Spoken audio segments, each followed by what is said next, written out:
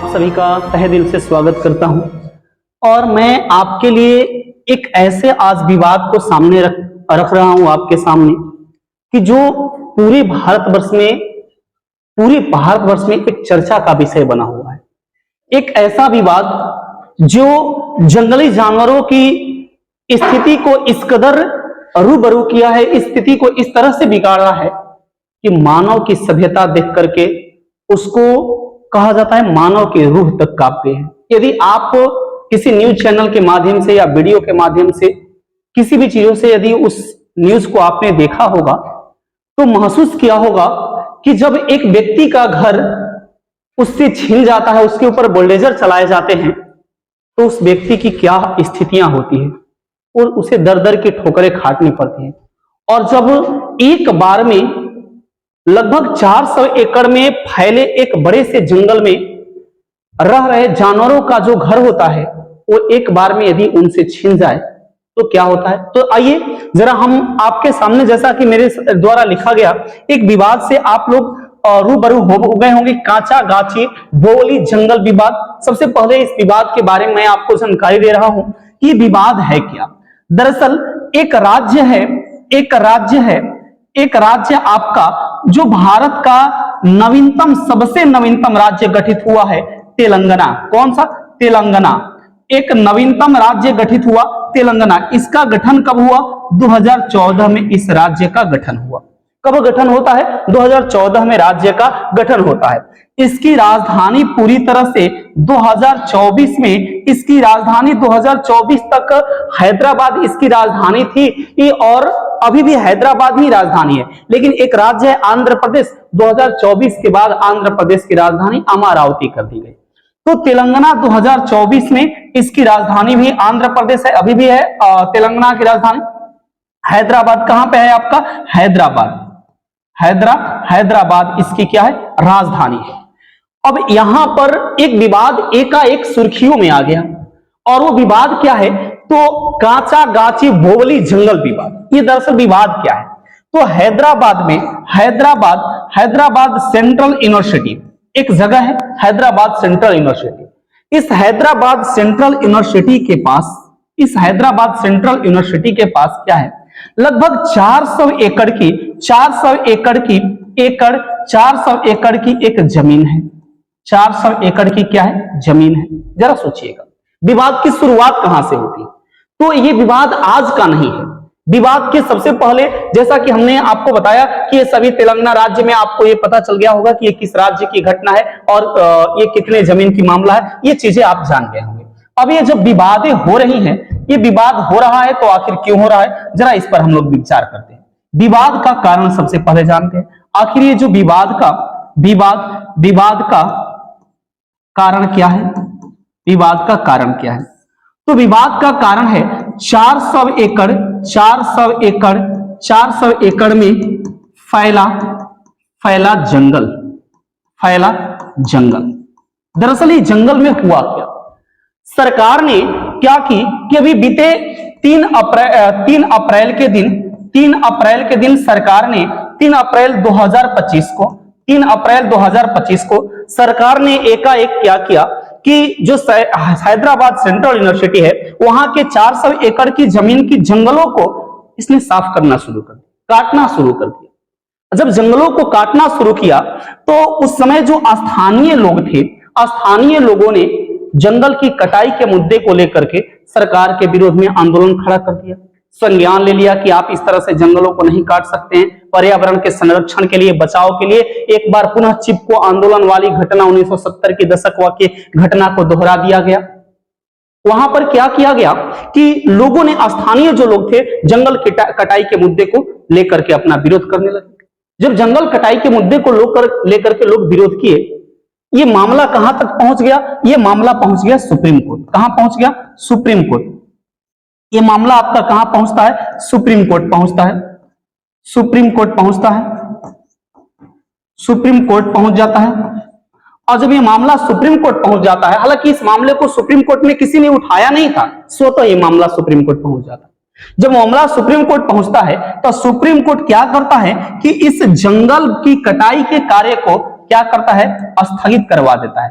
स्थगित करवा देता है। क्या करवाता है? स्थगित, इसको रोक लगा देता है, इसको रोक लगा देता है। कहता है कि आप जंगल न काट। अब मामला आते हैं कि भाई सुप्रीम कोर्ट ने यदि इस जंगल की कटाई के कार्य को रोका और राज्य सरकार यदि इस जंगल को काट रही है तो आखिर इस पर मुद्दा क्या है कि क्यों राज्य सरकार इसको काटना चाह रही है और सुप्रीम कोर्ट ने इस पर रोक क्यों लगाया।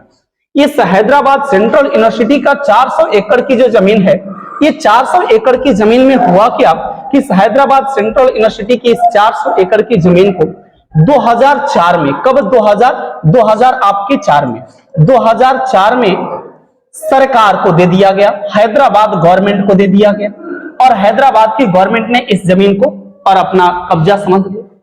2024 में सुप्रीम कोर्ट में एक याचिका दायर होती है। कब दायर होती है? 2024 में सुप्रीम कोर्ट में एक याचिका दायर होती है। उस याचिका के तहत सुप्रीम कोर्ट ने तय कर दिया कि क्या है कि ये जो 400 एकड़ की जमीन है वो हैदराबाद सरकार की जमीन है और ये एक इंडस्ट्रियल एरिया है। क्या है? एक इंडस्ट्रियल एरिया है।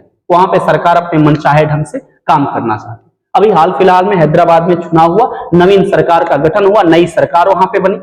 जब नई सरकार बनी तो नई सरकार ने अपनी की ही वादे को, कोई भी सरकार गठित होती है तो चाहती है कि हम अपने कार्य को जल्दी जल्दी पूरा करें, विकास का काम दिखाएं अपने जनता के नजर में।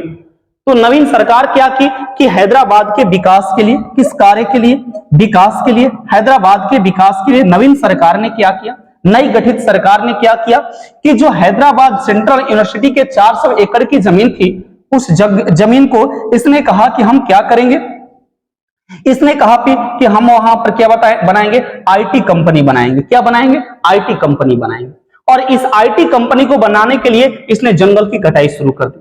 जब जंगल की कटाई शुरू कर दी आईटी कंपनी बनाने के लिए, अब बात यहाँ पे आपके मन में एक क्वेश्चन आ रहा होगा कि क्या क्वेश्चन आ रहा होगा, सरकार ने आखिर ये इतनी बड़ी जंगल काटी क्यों आईटी कंपनी बनाने के लिए?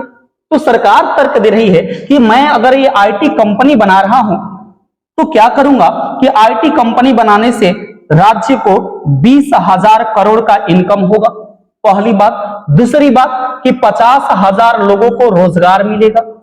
ये दोनों मुद्दे को लेकर के सरकार ने वन की कटाई को शुरू किया। सुप्रीम कोर्ट के एक न्यायाधीश की पीठ ने इसके ऊपर संज्ञान लेते हुए कहा कि मैं आपको वन कटाई से नहीं रोक सकता हूं, रोक नहीं रहा हूं, परंतु इतनी जल्दबाजी क्या है, क्यों आपने वन को इतना जल्दी काट दिया, बेघर जानवरों को बेघर क्यों किया? ये इसी बातों को लेकर के सुप्रीम कोर्ट ने इस पर क्या किया है कि इस पर अनिश्चित काल के लिए वन कटाई पर रोक लगा दी। अब जरा हम इस मुद्दे को लेकर के आते हैं कि आखिर क्यों ये जो है कि हमें पर्यावरण की सुरक्षा क्यों करनी चाहिए। तो पर्यावरण की सुरक्षा हमें इसलिए करनी चाहिए कि हमें जो ऑक्सीजन मिलते हैं, भाई जिंदा है आदमी तो किसकी वजह से जिंदा है? आज पेड़ पौधे की वजह से जिंदा है। और जब पेड़ ही नहीं रहेगा, जब मानव की सभ्यता ही नहीं रहेगी तो क्या कीजिएगा उस विकास का, क्या कीजिएगा ये इतने लोगों को रोजगार दे करके, जब मानव की सभ्यता एक बूंद ऑक्सीजन के लिए, एक रत्ती सी ऑक्सीजन के, शुद्ध ऑक्सीजन के लिए तड़प तड़प करके मरने लगेगी, क्या कीजिएगा इस विकास का। तो सरकार से हमारी दरख्वास्त रहेगी कि आप विकास के कार्य को कीजिए, लेकिन मानव की सभ्यता को ध्यान में रखिए। विकास भी हमारे लिए जरूरी है, मानव की सभ्यता भी जरूरी है। और वो जानवर जो कि हमारे देश के पारिस्थितिकी तंत्र को, हर एक चीज को कंट्रोल करके रखते हैं, तो उनके भी अपने आवास हैं, उनको भी स्वतंत्र जीवन यापन करने की अधिकार है। एक तरफ सरकार की भी गलतियां नहीं कही जा सकती, सरकार ने भी अपनी योजनाओं को पूरा करके रखा। सरकार कह रही है कि हमने तो वन विभाग का जमीन लिया ही नहीं, हम क्यों लेंगे भाई वन विभाग का जमीन, हम जहां पे बनाने जा रहे हैं वो तो जमीन हमारी है, हम बस खाली करवा रहे हैं। सरकार ने ये अपना तर्क रखा।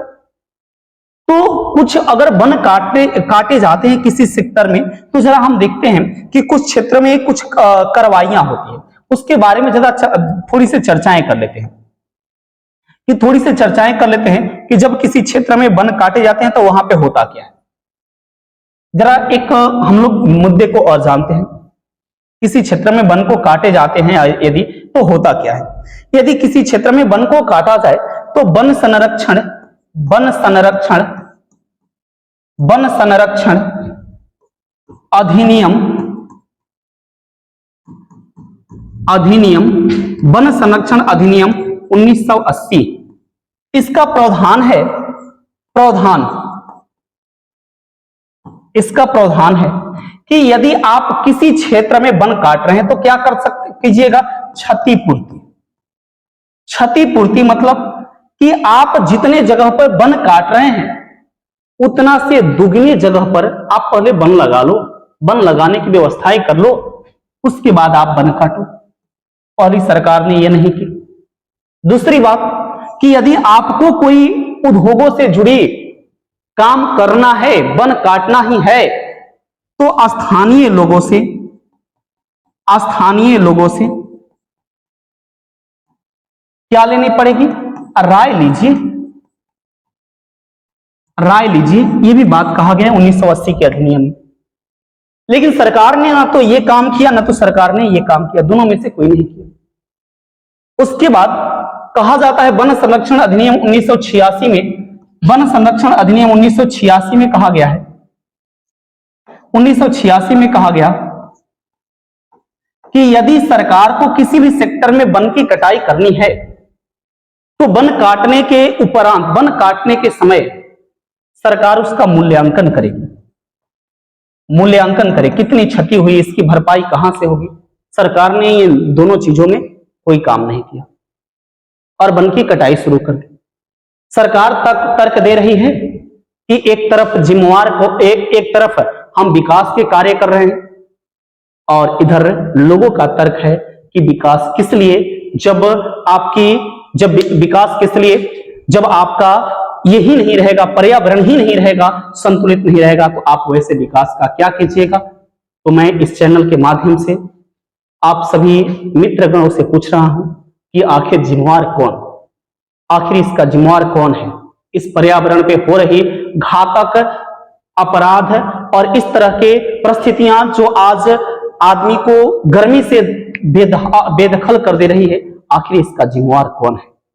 और मैं मिलूंगा इसी तरह के नेक्स्ट एपिसोड में एक अच्छे वीडियो के साथ, और आप इसका जवाब जरूर हमें बताइए कि इसका जिम्मेवार आखिर कौन है। जय हिंद।